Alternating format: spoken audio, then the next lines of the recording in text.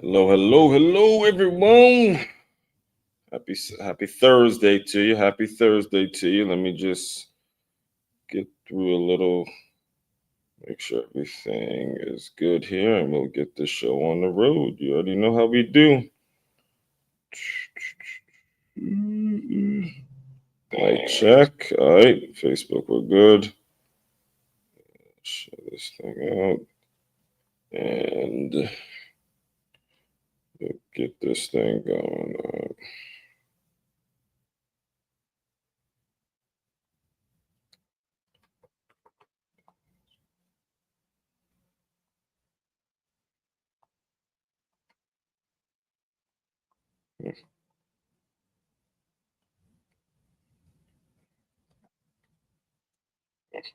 All right, let's do it. Let's do it right into it. Hold on. Let me All right, let's do it right into it. Hold on. Let me All right, here we go. We right into it. Good morning, good afternoon, whatever time of day you may be consuming this, whether you're consuming this on the Move Swiftly podcast or you're consuming it live on either Facebook, LinkedIn, or YouTube. We are Thursday wrap-up session, what I've done. So again, first of all, let me get through a couple of announcements. I'm getting ahead of myself. There's a lot we got to get to today. We've had quite the week. And I will get through some announcements as we do Thursday's wrap-up session. All right, Thursday's wrap-up session, where all week the theme has been focusing on systems and not numbers, and understanding what the numbers mean, how to really read the details and go in when it comes to the numbers and what the numbers actually say. And today we're going to kind of just rehash a little bit about that, and then talk to you guys about the future, about how you should be setting up your life in terms of systems, and focusing on the systems that produce the best numbers. When you put your focus on a system, then you can properly read numbers. But if you keep living your life on a surface level way, where you're only looking at how much a person has in their bank account versus what the system is for them to save money, how they're putting money away, and how they're dispersing and utilizing the numbers in a way of benefiting them, then you can't really understand what the numbers actually say. So we're going to get all of that stuff cleared up today.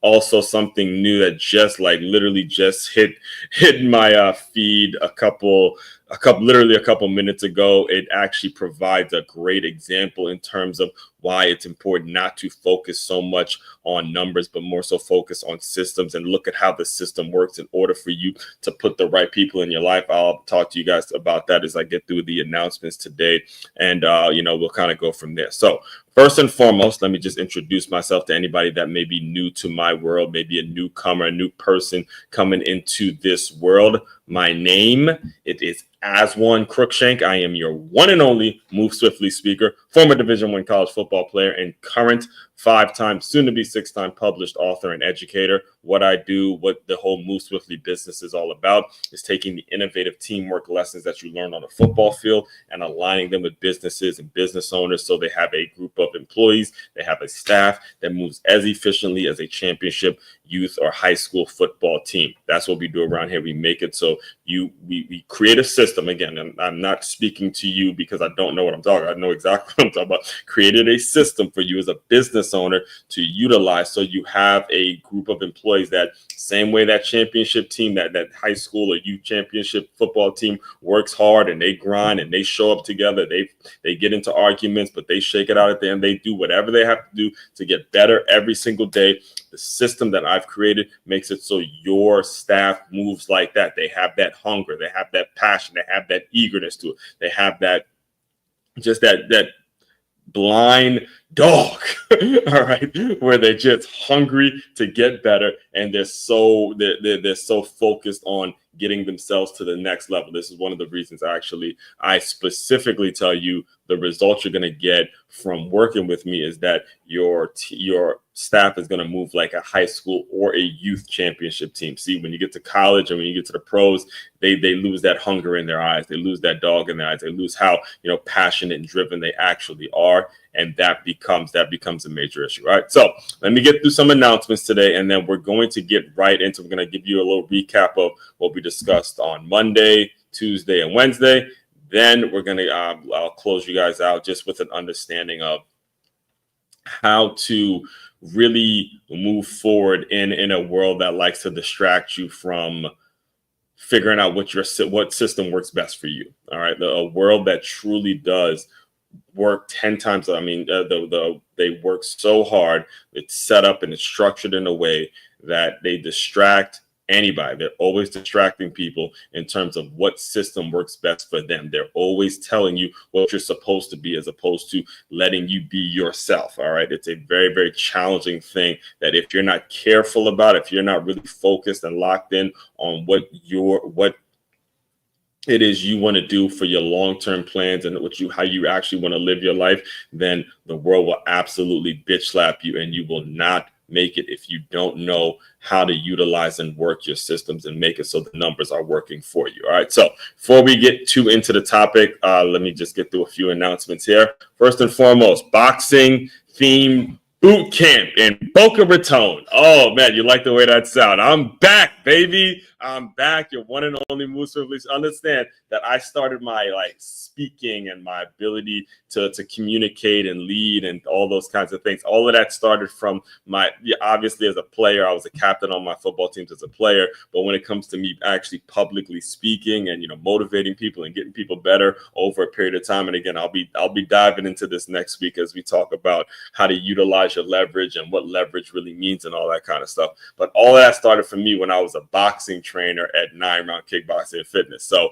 I'm back. I live at the current moment. I'm residing out here in West Palm Beach, but I am planning a slight little relocation to Boca Raton because of the school, there's multiple reasons, primarily the significant other that I met and, us trying to make sure we're doing what we got to do or doing what's best for the young ones and setting up our lives in a certain way. See, that's the thing. When you meet someone, it's the challenging part is more so about how do you take because you're so used to doing things on your own and used to kind of moving at your own accord or whatever the opportunity is best for you. But you now have to navigate your life in a way that's beneficial for two people. And that's always the challenging part. And that's always where you start to see what a person's all about. Are they selfish or are they selfless? You start to really see what a person's personality is about, what they really ask God for, what they really want in their life, how it is they want to live their future. Are they,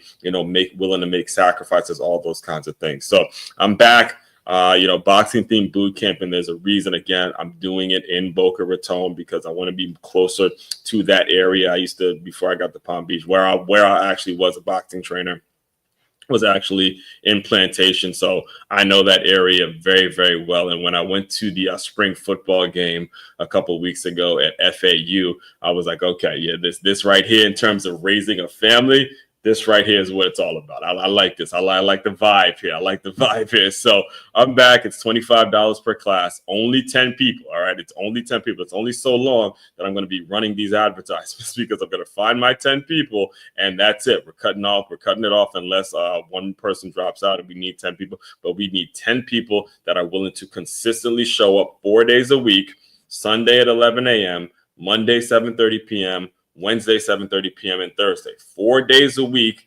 Again, it's boot camp. It's kind of like a boot camp style, but it's going to be boxing themed where you'll learn your ones, your twos, your jabs, your crosses, all those kinds of things. These are the things you're going to be learning there. Let me show you a video as we go. But these are the things that you're going to be learning. You see how he's learning jab, cross, jab, jab, cross. These are the things you're going to be learning. And whether you are an athlete that's trying to get better at your particular sport, again, that's one of the reasons I actually wrote this book, Make Your Move, a unique look into boxing, dance, and entrepreneurship.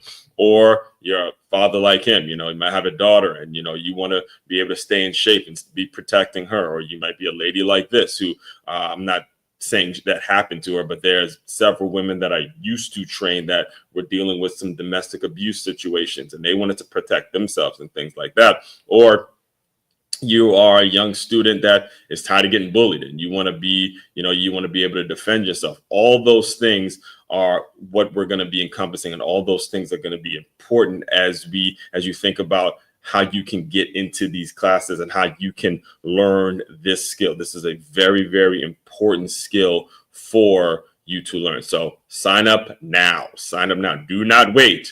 Do not wait. It's important that you sign up now. Just learning the basics. All right. So next thing, if you are a business owner, again, I do what I do to serve you guys. All right. And by the way, for those boxing classes, we do have corporate discounts available. All right. So if you're a business owner and you want your whole staff to be involved, or you want me to offer it as some sort of an affiliate, or either an affiliate or a corporate discount, open to that conversation as well. But more so, you need to, because this is actually 1000% free. And if you have not done it yet, you need to go and do it right now. I need you to go to Free Guide Business Owners, go to freeguide.makeyourmove.com. That is freeguide.makeyourmove.com. It's a 10-step process, 10 steps. I created 10 bullet points in which you could utilize right now as we speak that will make it so your staff is getting a little bit better. Things are happening more efficiently, and they know, hey, you are serious about helping them develop and get them to the next level. All right. Let's go to freeguide.makeyourmove.com, and main website if you would like to purchase an employee development workshop, or you just simply want to get to know me more, book me to come and speak to your staff for a keynote, get some bulk orders, just again, learn more about Aswell and Cruikshank, just shop at the store. All that is available at makeyourmove.com. That's MakeYamove.com. That is MakeYamove.com. All right, let's get into today's discussion. Now, before I do, I want to tell you guys a kind of a story that's going to be a perfect lead in to what we're going to be discussing today. All right, what you guys see, and for you, so podcast listeners, what I have on the screen. And first of all, actually, before I go into that, make sure you like, especially now. All right, like, comment, share, subscribe to this channel. All right, whoever needs to hear it, pass it along, spread it along, pass it along to whoever needs to hear this, because this is incredibly important stuff I'm telling you right now. All right, right before I started this recording, some of the things that I do personally, because I record so many videos and I have so much out there, so much content out there. In fact, once I'm done with this, I'm going to be actually getting into running some Google ads and getting myself out there more, because there's literally hours upon hours upon hours of material, a quality material at that, out there on me. And I need to do a better job in getting the word out there and getting more people to know who I am, right? So I personally take in a lot of information. Believe it or not, I take in a whole lot more than I put out there, and I put out a lot, right? And one of the people that I've personally, and I have the thumbnail right here. I talked about it a couple weeks ago when I was talking about news sources. I think it is somewhere here. Let me see if I can find it, just for context. Yes, right here. It was one of the top 5 Tuesdays where I talked about the top 5 reasons to find your own news sources. And there's a picture of Dre Baldwin, who I've actually paid to coach me. It's a picture of Anton Daniels, who you could see, a black guy who's wearing a MAGA hat, Make America Great, who I discovered through the election process. And, I tuned into some of his work, man. When I first started doing this, I'd be listening to his videos, and I loved his style. I loved his tone. I loved how incredibly honest he was on camera, and just a straight shooter.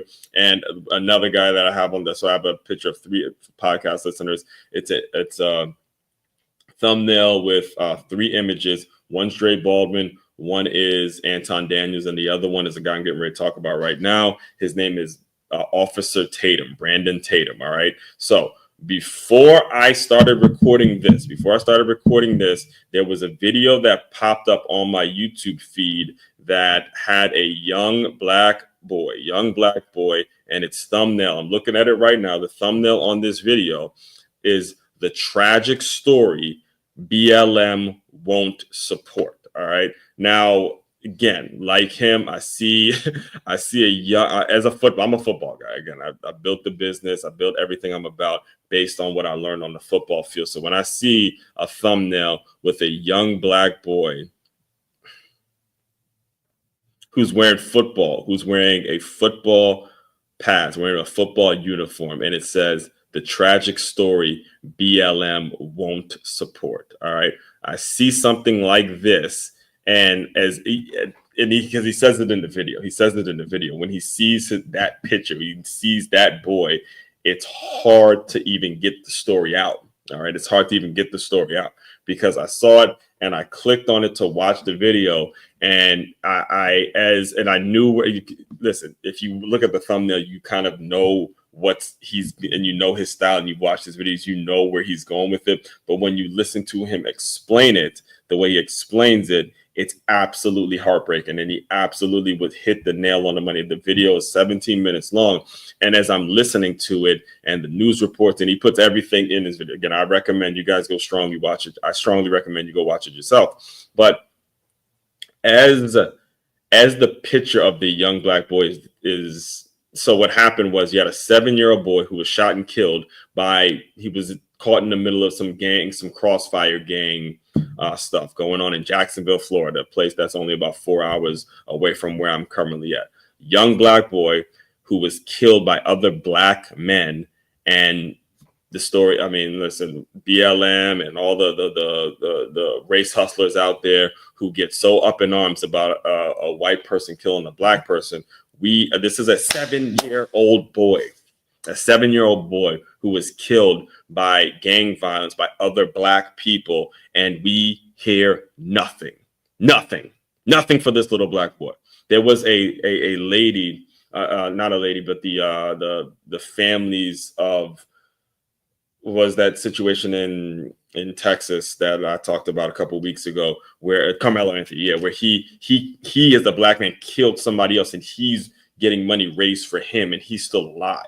He made over $500,000 raised for him, and he's still alive. Yet this young black boy can barely get $1,700 or $1,500 or whatever it was, whatever the number was. So I'm bringing all this up. And I'm trying not to stay on it for too long because I do get it. It does bother me to think about it. But when I watched the video and I had the same thought that Officer Tatum had, and looking at that picture and how much it absolutely tugged on my heartstrings, it kills me to think about that, especially being a person who played the game and learned as much as I learned about the game. His picture being on the internet, his picture being there absolutely crushed me. And I had to donate. Now, I'm not saying that I had to donate for you guys to give me credit for it or anything like that. That's not my motivation behind this. It isn't. All right. It's not.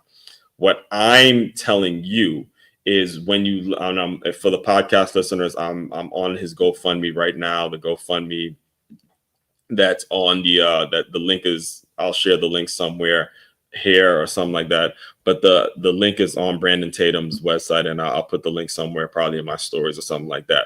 But when you look at the amount of people that actually donated, all right, now they're almost at their goal. I think the goal is 79,000. Right now, the goal is $80,000. All right. Again, you're talking about other situations where black kids were killed by a white person or something like that. Some situation where there was a white lady who said nigger a bunch of times, and she gets damn near $500,000 raised for her. This is how crazy this world is. But their goal is 80K, and they're almost at their goal, right? But when you look at the people who have been supporting, you see it all over. I didn't know how to do it, so next time I probably would. But you look at the majority of the donations. Officer Tatum sent me. Officer Tatum sent me. Officer Tatum sent me. Officer Tatum sent me. Show more. Officer Tatum sent me. Brother Officer Tatum, where Officer Tatum sent me. Sent Officer Tatum. My prayers, Officer Tatum. God bless the young man. Rest in peace. Seen on Tatum. Sent by Officer Tatum. Officer Tatum. My thoughts. Officer Tatum. I mean, the whole thing. 16. And again, I'm no different. It's just I didn't put it on there. But Officer Tatum did send me to this, and I'm bringing all of this up so you guys understand. It goes back to, again, what I discussed a couple weeks ago when I said you got to find your own news sources. You got to find the people that you connect with the best. And that's the world we live in. That's the world we live in. That's the opportunity that you have. All right. The opportunity is for you to develop your own worldview, develop a worldview that's conducive to you and your development, and then put things in place in which you can develop systems for that. This is all that I get. Pretty much everything I do on the show, pretty much everything I talk about is all impromptu. It's all authentic. And when I tell you this happened, I was planned on starting the recording a little earlier than I did, and because this came up and I personally said, look, I gotta donate to this, it made me push it back a couple minutes. And I'm telling you all this because authenticity and the reality of what's going on out here in our communities and what these young people are going through and what it's all about, it's real, it's tough, it's a difficult thing. And as I transition to the discussion on what we discussed all week and what it's been all about, keep all of this stuff in mind, guys. Keep it all in mind. Keep the element in mind that there's a system in place that it's either going to work for you, it's going to work against you. And you have an incredible opportunity to put things in place for yourself in which your systems start working harder than you. The system should be set up in a way where they're working harder than you. And the system should be set up in a way in which your young people and the people coming behind you are going to be benefiting from how you set up your system, how you set up your business. All right. So let's get right into it. Let me go back. Here's what I'll do. I'll go back to we'll go back to all of the Medium articles from Monday through Wednesday, and we'll kind of just recap everything we discussed over the past couple days, and then we will figure out the best ways to move forward. So first things first, let's go back to Monday, the Make It Move Monday kickoff question titled, What Do the Numbers Say? What do the numbers say? All right. Let me start the sharing.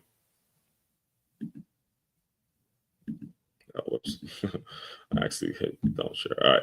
So what do the numbers say? We discussed an important concept. All right. We discussed an important concept about it was the start of Teacher Appreciation Week. But let's see, where was a good part to pick up? Yes, Coach Hibbs. I headlined this article with a Mike Hibbs, who was my literature teacher in high school, and he was also the basketball coach. He was the literature teacher my senior year. And he was one of the first philosophers that I ever met, like really critical thinker type guys. And what got me on this discussion, what made me I picked this theme, was the fact that I was dealing with a math problem with the students that I teach. There was a math problem, and I had to kind of put it in perspective to understand, hey, math is a challenge for some people. Some people, like myself, just don't like math, but there's a logical way of thinking. There's a understanding that, hey, if the math ain't mathing, then nothing I want to do in life is actually going to work. So I told us, so actually, I'll just read it here. So one day, I'm reading directly from Monday's article, podcast listeners. So one day, someone asked him, and I'm referring to Coach Hibbs, don't all you deep thinkers, you readers and philosophers, don't y'all hate math? And his answer shocked me. No. He explained that math trains your mind to think logically. It gives you a way to measure effort, to track how someone improves, to see the patterns that lead to progress. Big one here. The patterns that lead to progress and ultimately smarter decisions. That changed everything for me. So when I asked, what do the numbers say? I'm not talking about money, social media followers, or stats, or on a spreadsheet. I'm talking about effort. How many times did you try before you gave up? How often do you push through instead of checking out? What are the results saying about your habits and your growth? Let's go back to the story I just told in terms of Brandon Tatum. If you listen to him and you listen to him talk about how he started his YouTube channel, he was struggling. It was a struggle for him. It wasn't always this many people. He didn't have all this influence on so many people for all the, like, for him to put out a GoFundMe and have so many people say, yeah, Officer Tatum sent me. No, there was a heart that there was a big heart. There was a willingness to say the unpopular things, right? There was a willingness to go out and say things that a lot of Black people just don't want to hear, right? Just like what happens today. But when you start seeing these kinds of tragic stories, all right, in the community, and again, we don't use the term Black community around here. We just use the term community. All right. It may happen to be a community with a lot of Black people or a community with a lot of white people. None of the word community has nothing to do with a person's race or has nothing to do with the person's race at all. It doesn't. I mean, again, it's a term that gets shoved around because it keeps people separated, and, you know, the media has taken it and done what they've done with it. But what we do over here, we don't use that term Black, white, Hispanic community. We don't associate a race with a community because the two have nothing to do with each other.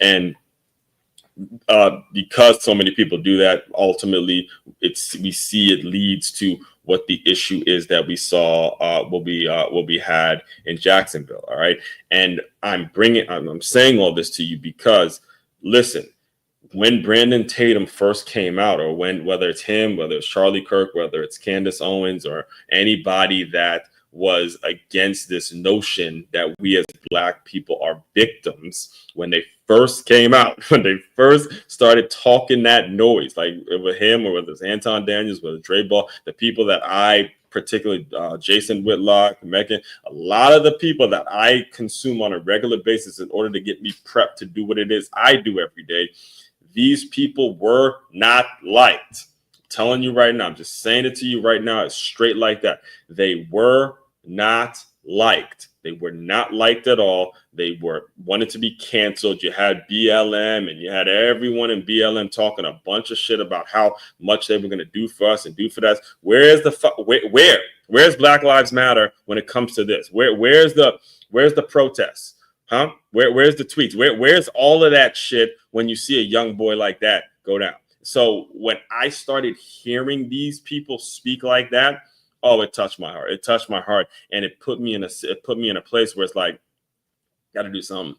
You got to do something, right? You got to do something. Especially myself. I mean, I've been blessed beyond belief with the parents I've had and what the sacrifices they made and the things that I have been fortunate enough to have growing up. When you see this kind of stuff and you really start telling yourself the truth about these things, your whole world changes. All right. So none of it works. None of it works if you don't see patterns, if you don't think logically, if you don't say to yourself, it's just like even with, you know, the way, again, we'll be talking more about this later on next week when we talk about leverage, but the way I structure the boxing theme classes now, as opposed to the way I was doing it before, whereas a lot of kids can sign up and all this and have a bunch of people. No, limit it to the folks that would be able to make changes and do things that'll be beneficial.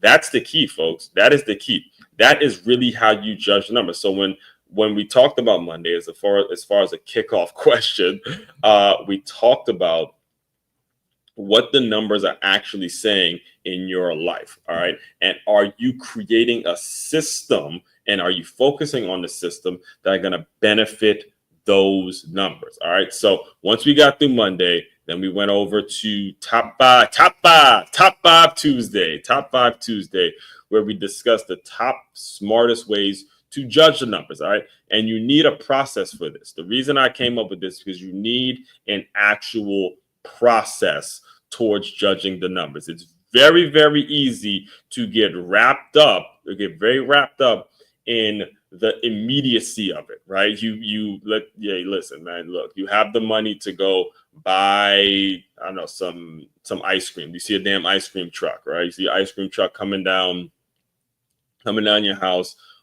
You're tired of your kids bothering you and they're nagging you and they're nagging you and they're nagging you, in your mind, having too much ice cream isn't the best thing for a kid. Giving them more sugar, right, isn't the best thing for them, right?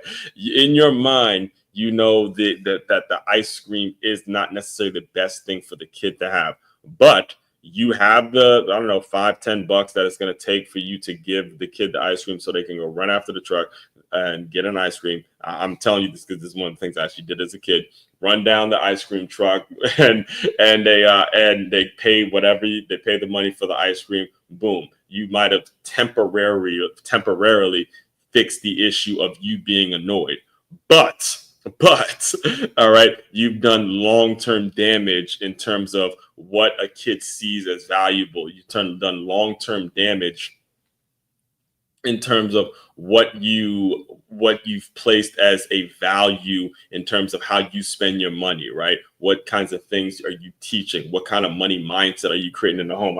Listen, I've said it so many times. Let me see if I can pull it out. So since we are in the middle of Teacher Appreciation Week, we get a bunch of candy, right? And when kids see candy, all of a sudden their mind associates with something good. Oh, I did something good, get some candy. I did something good, get some candy. All of these things are temporary solutions because you as an adult have yet to adjust and figure out, how do you actually judge numbers? How do you judge numbers, and how do you make it so numbers are working for you and not working against you? Meaning you're not taking your hard-earned money and putting it in candy, putting it in things that are not healthy and conducive to the development of young people. Now, hey, every once in a while, okay, good. Granted, I'm not sitting here telling you not to reward your children and reward students and things like that, but you got to be thinking about this. The old saying, money doesn't grow on trees. And then how exactly are you utilizing the things that you do have, the things that God has blessed you with now that you need to be great stewards of? In fact, me and my girl, we had our I wouldn't say our first, but because it's still fairly new, we haven't had, we've had so many like deep level conversations that sometimes it feels like we've been seasoned or we've been together longer than we have. But we had sort of an argument the other day, and the argument came to a kind of a close, or it came to an agreement when she made the statement to me, is like, you got to be a steward for the things that you do have. And then that's where we agreed, and that's where we connected. And when you kind of going back and forth with someone and then it kind of digresses a little bit, it's like, okay, see, that's why I'm with you and that's why you with me and stuff like that. So we had one of those. So again, I don't know if you can qualify that as an argument per se, but it was definitely an understanding of your values and the things that you do have currently. Are you a good steward of it now, or are you one of those people that are just judging things on a surface level? So again, I say all that to say that's what we discussed Tuesday. All right, top 5 ways to judge the numbers. Number 1, character, right? Character. Where exactly are you putting in your money? Where exactly are you making an effort? If you get a $2 or $3, if you get a couple $100, couple $1,000, are you putting it aside and saying, hey, this is for my family, this is for groceries, this is for something that's going to be beneficial to my development? Are you looking to save up for a house or whatever? Again, or are you taking that dough, making that shit rain at the club, and you putting on chains, and you got new kicks and the new clothes, and you looking good, right? You looking good, but you're not saving shit. All right. Character shows that. Again, character. This is why the Bible says it's easier for a camel to make it through the eye of a needle than it is for a rich guy to make it into heaven. Because when you got it, when it's in your bank account and it's accessible to you, your character starts to show in terms of how you're spending it. All right. So number 1 was character. Number 2, logic. As we discussed, logic. Does the math? Does it equal whatever that it is going to equal? And can you do it? Next thing was ability. All right. This is key.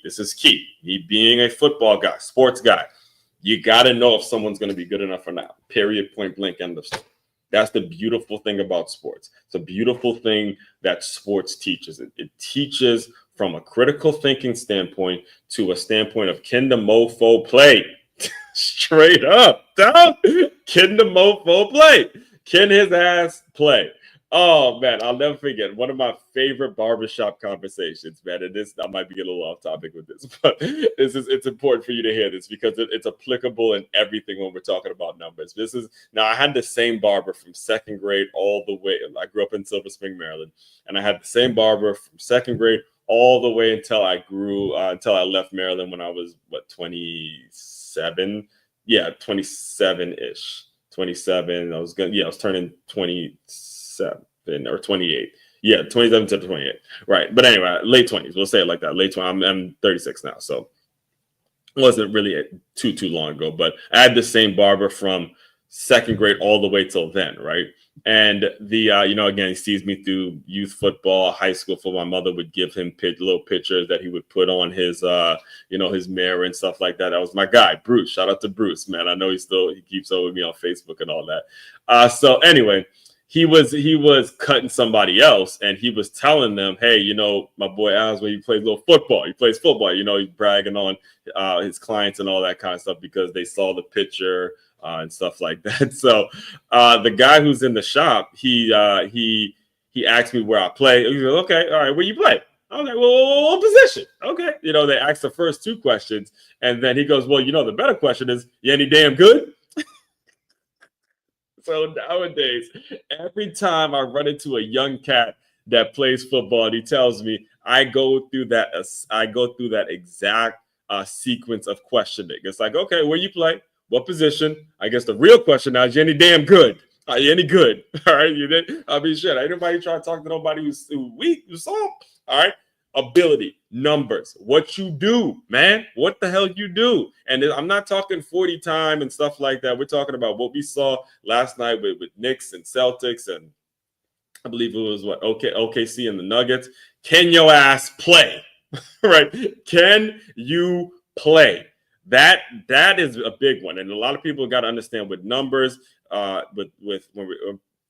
With numbers, there's ability. There's a ways of addressing ability. There's a ways of saying, hey, here's the measurement of how fast, where you need to run, how fast can you get there 10 times in a row with 30 seconds rest, and then how fast can somebody else get there with the same measurements and the same time frame as this person, and we just gonna see. That's it. That's sports.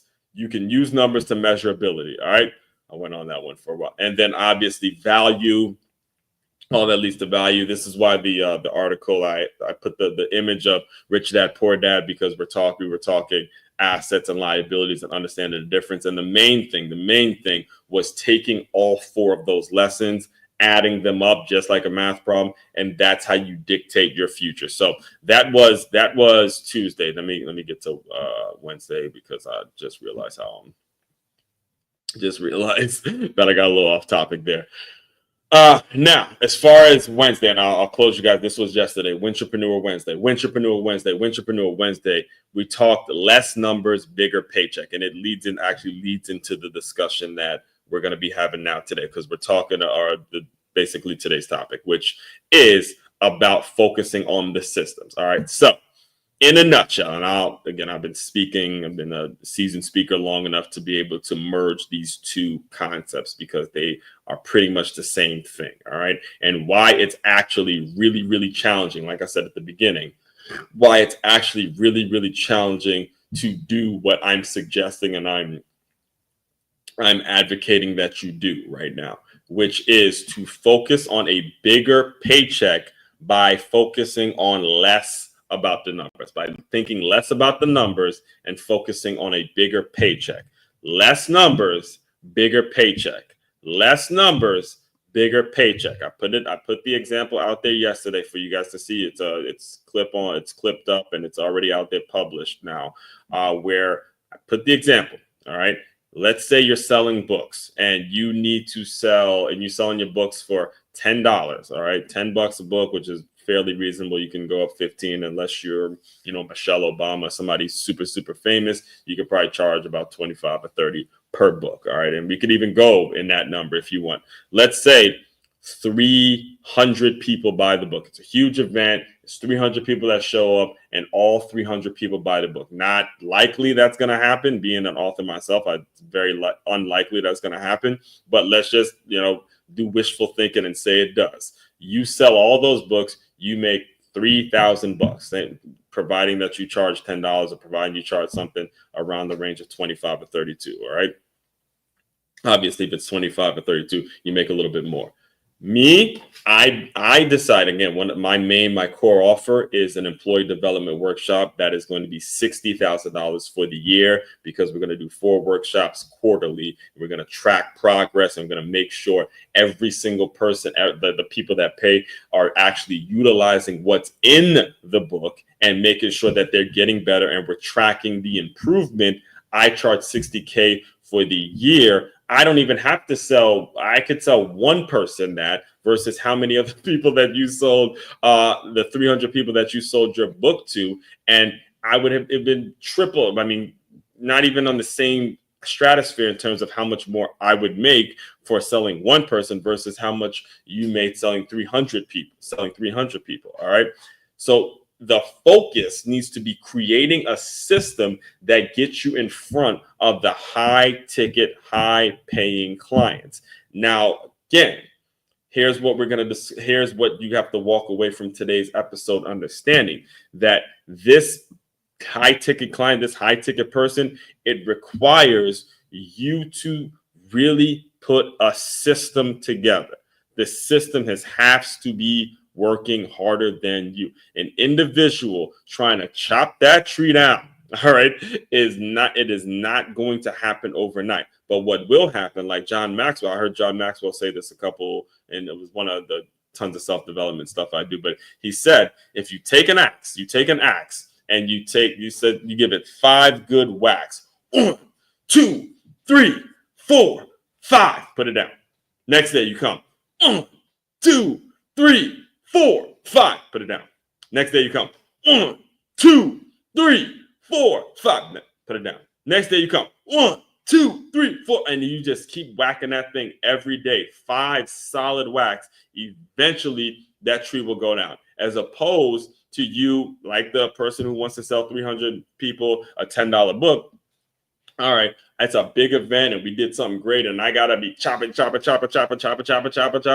be talking to these 300 people, and I gotta tell them this, and I gotta hope they all read it, and this, that, and then there's no real follow-up process for everyone who read it, and all this stuff. It turns it.